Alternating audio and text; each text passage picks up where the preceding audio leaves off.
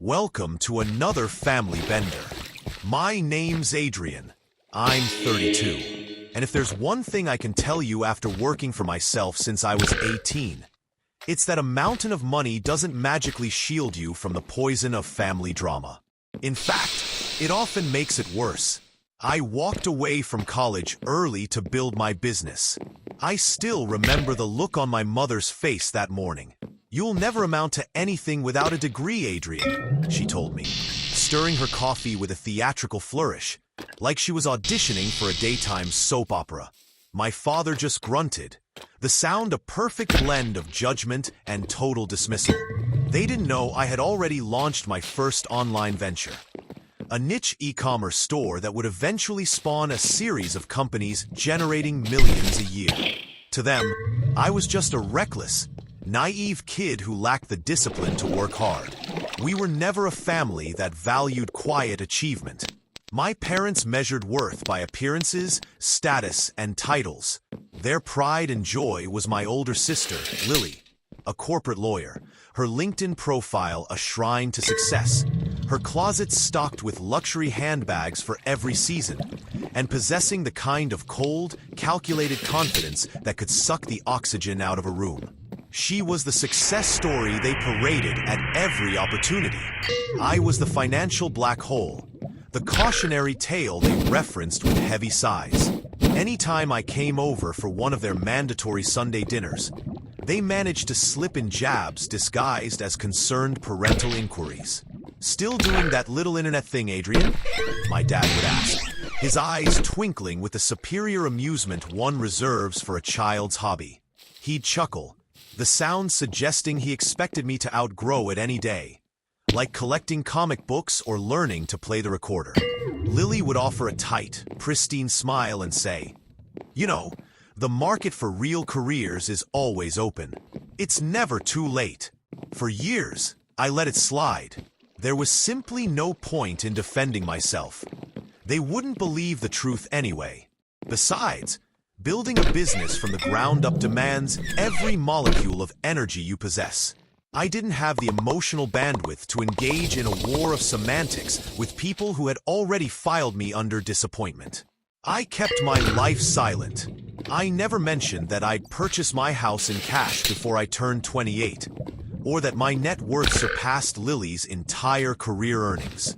I just endured the comments, smiled politely, and went home to the opulent, stress-free life they were convinced I couldn't afford. The audition for hostility, the breaking point, arrived on a particularly miserable, rainy Thursday evening.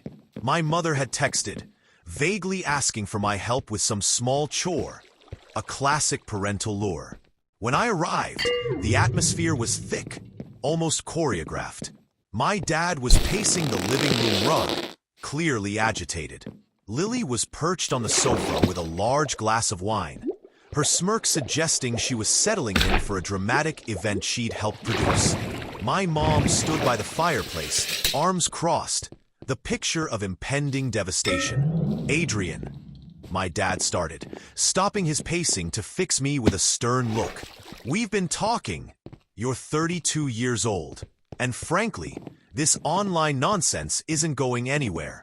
You've had enough time to figure your life out, but you're still wasting your potential." I felt my jaw tighten with the effort of holding back a laugh. "What exactly are you getting at?" He pointed dramatically toward the hallway.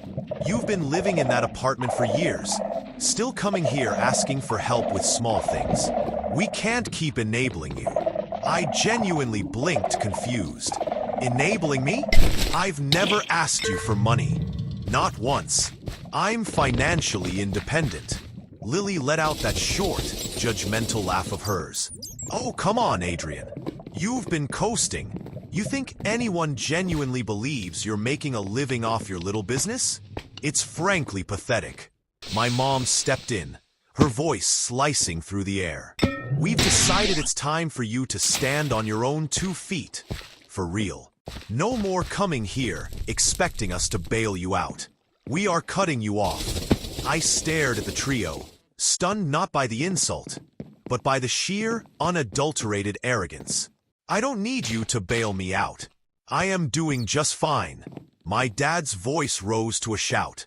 If you're doing so fine, then prove it by surviving without our help at all. In fact, you can leave now. Go live in the streets if you have to.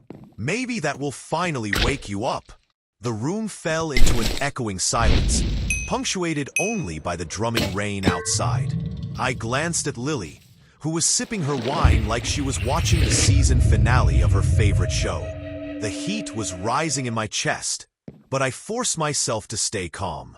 They believed they were dropping a bomb. They believed I would beg, backtrack, or promise to enroll in a course. They had no idea I could liquidate enough assets to buy their house, and Lily's condo, 3 times over before touching my savings. The absurdity was almost comical. I picked up my jacket, a custom-tailored cashmere coat they probably thought was from a discount outlet, and slipped it on slowly. "All right," I said, my voice barely above a whisper, almost smiling. "If that's what you want." My mother started to open her mouth, no doubt to deliver one final sanctimonious dig, but I didn't give her the chance. I walked straight out, closing the door quietly behind me. As I got into my car, my sleek black sedan that they pegged as a budget rental, I caught my reflection. I wasn't angry or hurt. I was perfectly calm, almost amused, because I knew the script they were operating on was about to be obliterated. In just a few weeks, their entire comfortable view of my life and of their own righteousness was going to shatter. The echo of erasure. The first week was strangely quiet. No follow-up calls, no texts checking if I was, indeed, living in a cardboard box. It was the quiet of being completely and utterly erased. I spent those days working from my home office. Though the term scarcely does justice to the modern penthouse overlooking the entire city, with its floor-to-ceiling windows and a view that stretched to the horizon. It was a perfect, constant reminder of how far I had climbed from the supposed failure they imagined. By the second week, the rumors started trickling in via mutual acquaintances. My parents and Lily weren't worried. They were gossiping. My mother had apparently told her church circle that my little internet project collapsed, and that I was definitely sleeping in my car now. Lily, ever the diplomat, told an old high school friend that I was finally learning life's lessons the hard way. They weren't just neglecting me.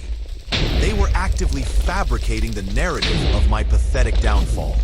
One evening, I got a text from my cousin Jacob, one of the few honest brokers in the family. Jacob. "Hey man, I overheard something tonight. Are you actually okay?" Me? Define okay. Jacob. "Your mom was telling people at dinner that you're basically homeless. She said you'll probably come crawling back soon." Me. Interesting. Jacob. "Also, Lily made a joke about maybe letting you do odd jobs for her firm when you're desperate enough. She said you'd look good fetching coffee." I stared at that final message for a long time. It wasn't the dig that bothered me. It was the sheer contempt, the casual assumption that they could still control my destiny. They had kicked me off a bridge I had already decided never to cross again, only to set the bridge on fire to make sure I couldn't get back. I wasn't ready for the confrontation yet, though. I wanted them to dig the hole deeper. I wanted the humiliation to be complete. The cost of condescension. 2 days after the coffee joke, I got the call from my mom. Not to apologize or reconcile, but to ask for a favor. Her tone was light, mocking, and infuriatingly entitled. "Adrian, darling, your father and I are going to need your help moving some old furniture next weekend. Since you've got nothing else going on, you should have the time." I actually bit the inside of my cheek to suppress a hard, barking laugh. "Sorry, I'm busy." She sighed, genuinely annoyed. "Busy with what, exactly?" "Your work?" "Work," I confirmed. She let out a small, knowing chuckle. "Well, try to make time for family, okay? You might need us someday." It was the ultimate confirmation of their condescension. They genuinely believed they were the safety net I was doomed to fall into. They couldn't even fathom the possibility that I didn't need them, hadn't needed them in years. They saw me as the desperate failure. I saw them as two people about to pay a very steep price for their ignorance. The true breaking point came on a Thursday morning with an email from my bank. Subject line: unusual account activity. Immediate attention required. Asterisk asterisk. Two large withdrawals, each over $7,000, had been made from a dormant joint savings plan my parents had opened for me years ago. I'd forgotten to close it. The withdrawals were marked as in-person transactions from a branch near their house. I tried rationalizing. Banking error, identity theft. But when I called the branch, the teller remembered the transactions clearly. My mother had come in, claimed I'd authorized the access for a family emergency, and walked out with 2 cashier's checks. I sat there numb, not just from the theft, but from the casualness of the violation. She had treated my money as hers to dispense when she felt Lily needed a reward. A call to Jacob provided the crushing context. Adrian, I think I know where that money went. Lily just put a down payment on a new luxury SUV. She was bragging about it being a gift from the family for all her hard work. It wasn't enough to call me a failure. They actively stole from me to finance their golden child's image. My mother had literally emptied my old account, justified it with a lie, and funneled the funds straight into Lily's hands. That night, I drove to their house. I didn't go in. I parked across the street and just watched them. Lily was inside, holding up the car keys, my mom snapping a photo, my dad clapping her on the shoulder. My last faint, lingering thread of loyalty snapped clean. Later that week, I got the final, self-justifying text from my mother. Asterisk, hope you're not upset about the savings account. It was just sitting there, and your sister needed help. You'll make more money someday. Family comes first. Asterisk. I didn't reply. I didn't have to. The quiet endurance ended, and a cold, strategic resolve began. The bridge they burned wasn't just gone. It had been replaced with a fortress they would never get near again. The long game of leverage. The thing about real victory is that it's not about speed. It's about precision. You don't strike impulsively. You wait until the moment is so perfect and airtight that your move cannot be dismissed or undone. My lawyer quietly began the process of locking down every account, every asset, every single weak link. Simultaneously, I reached out to a private contact, someone who specialized in discreetly gathering financial and legal records. I wanted a full, unvarnished picture of my family's financial situation, not because I needed the information immediately, but because leverage is only leverage if you know exactly where to apply pressure. The reports were enlightening. My parents' retirement savings were surprisingly thin. Lily, despite the corporate lawyer title, was drowning in debt from bad investments and a taste for luxury she couldn't afford. That SUV down payment was a life raft for a sinking ship. She'd even taken out a second mortgage on her condo. But the real, seismic vulnerability was my father. Buried in his records was a personal guarantee on a major bank loan for a small property development company. The company was circling the drain, and when it inevitably collapsed, which the reports indicated would be in about 3 months, he would be on the hook for the entire 6-figure sum. That was the key. I didn't need to destroy them financially. I needed to let their own arrogance deliver them into a position where I held all the cards. Around the same time, the National Business Magazine editor called. She was ready to move forward with the feature on self-made entrepreneurs who were underestimated. I agreed, but gave her one non-negotiable condition. The release date had to align with the month my father's investment was due to implode. Then, pure fortune landed in my lap. A real estate investment firm I knew was acquiring distressed assets and needed a capital infusion. When they sent over the list of properties, there it was, a partially developed block of townhomes owned by none other than my father's struggling property company. I didn't commit immediately. I asked questions, reviewed contracts, and quietly positioned myself. When the company defaulted, I would acquire the entire project through the investment firm at a steep discount, without ever dealing with my father directly. On paper, it would look like a brilliant, clean business acquisition. No direct attack, no traceable vendetta, just business.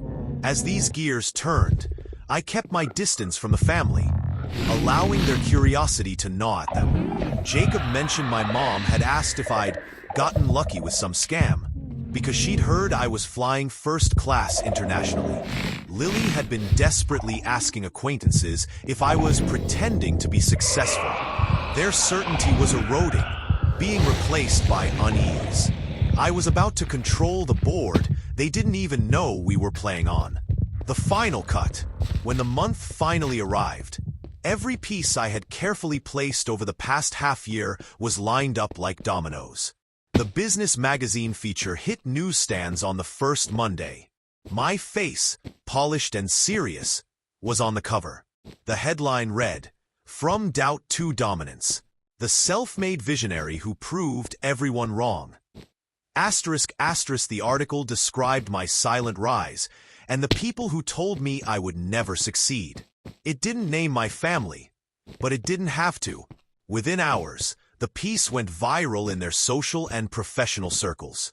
The same day, my phone buzzed with the expected, brittle text from my mother. Adrian, we saw the magazine. We had no idea things had gotten this big for you. We are truly proud. Proud. The word felt like dust in my mouth. I didn't reply. 2 weeks later, the property development company officially defaulted on its loan. The bank moved, and my investment firm, with my capital, swept in.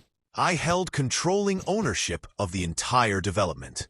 I waited 3 days, then had my assistant arrange a meeting with my parents and Lily at a high-end downtown restaurant under the flimsy guise of discussing a major business opportunity. Given the magazine feature, they were predictably eager to accept. They arrived radiating false warmth. My mother hugged me, a tight performative squeeze. My father shook my hand with newfound respect. Lily complimented my suit, her voice sickeningly polite. Halfway through the main course, I slid a manila folder across the table. Inside was the ownership document for the development project, the asset they'd been desperately clinging to. My father's smile froze as he scanned the papers. This is our property," he said slowly, his voice suddenly hollow. "Correction," I said, my voice quiet, cutting through the restaurant's ambient noise. "It was your property. It's mine now." They stared at me, truly stunned into silence. I laid out the facts like a prosecutor. Their company defaulted, the project was offloaded, and I had legally acquired it through an established investment firm at a fair below-market price. My mother's face flushed crimson. "Adrian, how could you do this to your family? How could I?" I countered, my tone finally sharpening. "The same way you walked into my bank account and took my money without permission. The same way you gave it to Lily like a reward for being the good child. The same way you kicked me out and told people I was homeless." I leaned forward, resting my elbows on the table. "I just learned from the best. The difference is, I didn't have to lie or steal to get here. I played the long game, and now, when this development turns a profit, not a cent of it will have your name on it." The table was silent. They didn't argue. They didn't apologize. They were finally seeing the world not through their gilded lens of arrogance, but through the cold, hard lens of my success. I finished my meal, paid the astronomical bill, and stood.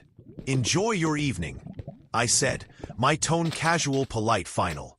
"Oh, and don't worry about the staff at the development site. I've already told them the change in ownership won't affect their jobs. Just yours. And with that, I walked out, leaving them to sit in the warm, unforgiving light of the restaurant, the heavy reality of their new position in my world settling over them. The true victory. The fallout was immediate and public. My father's failure became a quiet scandal in their social sphere. The story of a reckless son who had somehow become a business mogul and outmaneuvered his family's pride. Lily's image crumbled. Without my parents' financial safety net, her debts closed in. She had to quietly sell her condo and return the luxury SUV. My parents reached out one last time with a strained voicemail from my dad. "We need to find a way forward. You can't just cut us off like this." I deleted it without listening to the end. I hadn't cut them off. I had simply stopped acknowledging the role they thought they played in my life. Months later, the townhomes were complete and selling fast. The profits were exponential. I sometimes drive past the site, now a vibrant, bustling development. It was mine, built from their arrogance and my precision. The final time I reflected on it, I looked out from my penthouse balcony at the sprawling, glittering city below. My mother was wrong in her final brittle email. "You've changed." I hadn't changed. I had simply stopped playing the failure. And in that moment, I realized the ultimate, enduring satisfaction. I didn't just worry about living